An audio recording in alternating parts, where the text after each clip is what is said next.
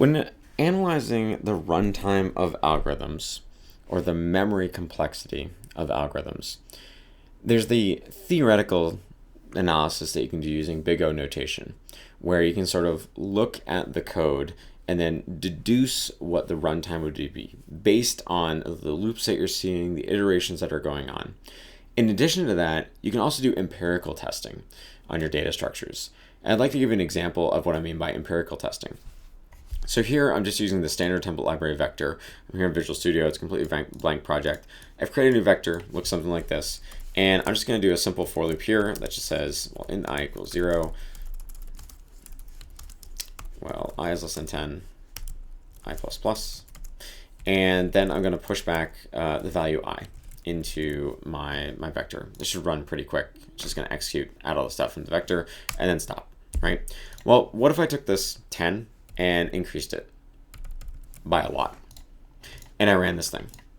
Now, this is probably going to sit here and take some time. Okay, maybe it didn't take as long as I thought it was going to take, or maybe it crashed. Well, let's see.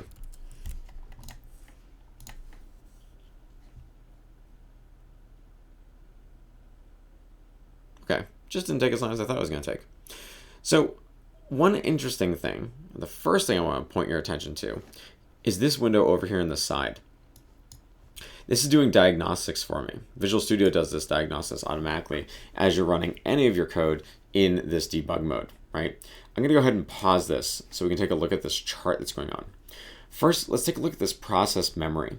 This is the overall memory usage of my program as it's running right now, right? So I've gone up here and I've sort of just paused execution. You can see that I'm about to run this line. I'm about to hit this close brace here.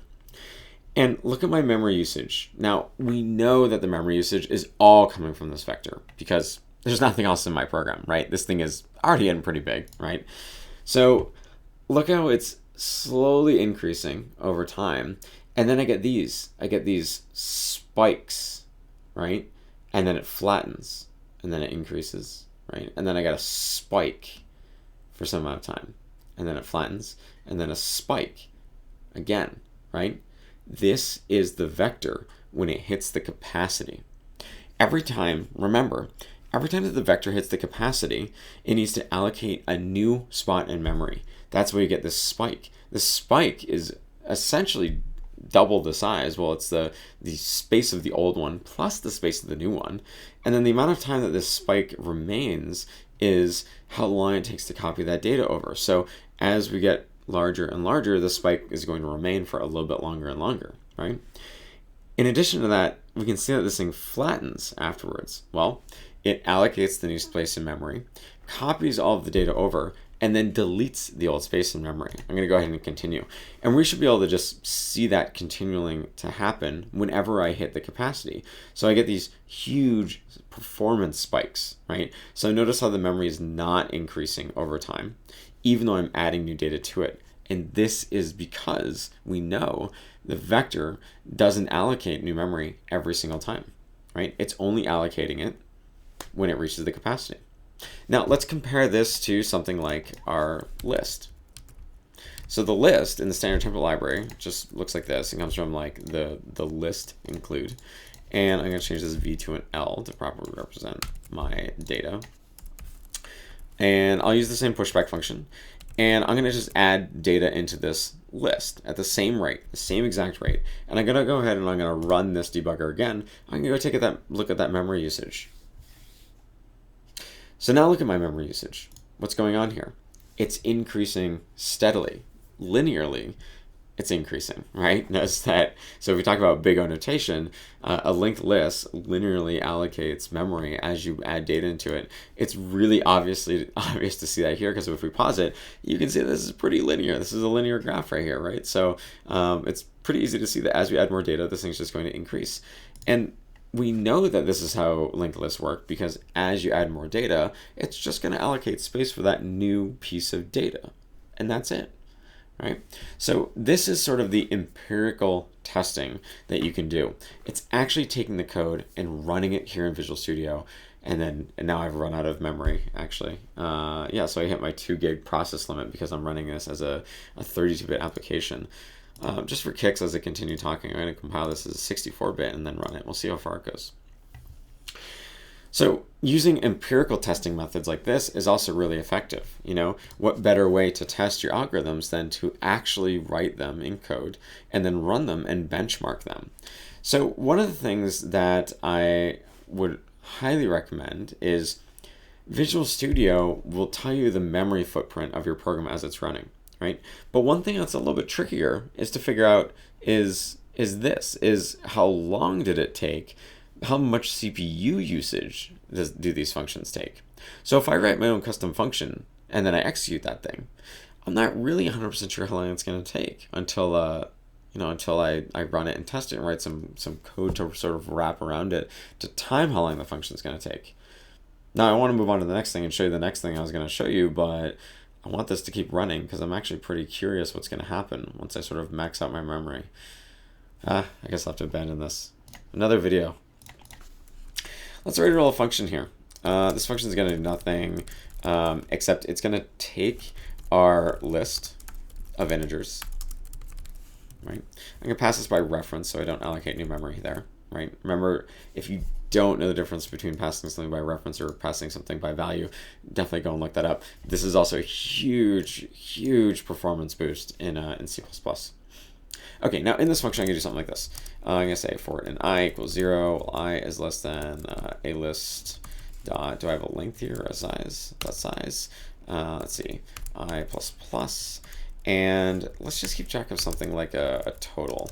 Let's say this is equal to 0, and then I'm just going to say total plus equals I, right? I'm not even going to actually access the elements there. And then sure, I'll return this value. Return total. Right, and so you may be wondering, like, what's the big O notation of this function? Well, because I know this is just iterating over the size, I know this is just going to be linear, right? Because this is a pretty easy one to analyze. It's just using a simple for loop. It's just going to, as the size is going to increase here, I know it's going to iterate more over this function, or iterate more and be stuck in this loop for a longer amount of time. So I know this is going to be linear, but how can we actually test that out using an empirical method? Well, the first thing we need to do is, we need to run this function over and over and over again, right? With different size data sets.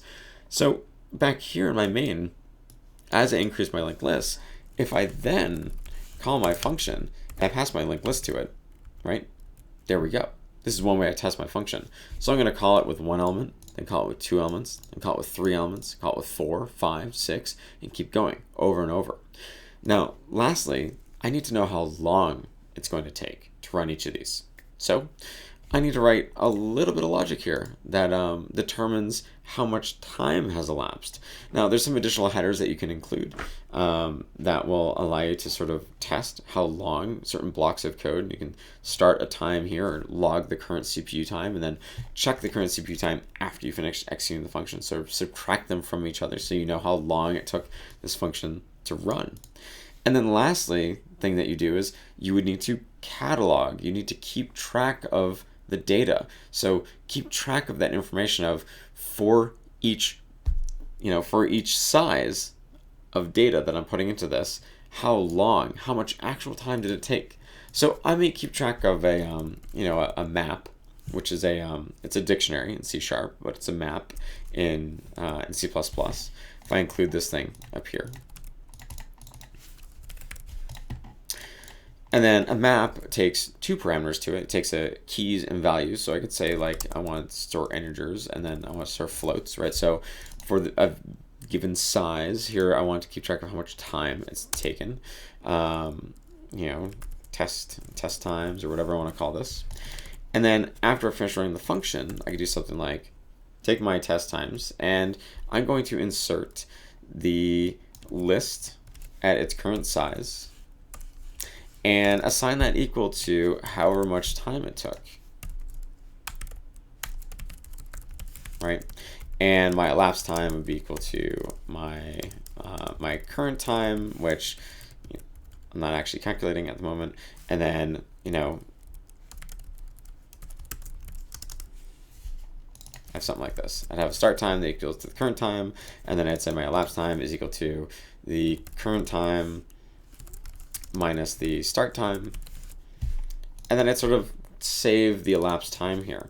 And then finally, I could take the data that's in here and actually open up a spreadsheet, open up Excel, open up Google Docs, and put all of the data that I have in my test time container into a spreadsheet, graph it, and then I would be able to see those same exact CPU graphs that you have, where it is the size of your data versus how much time elapsed in order to call the function.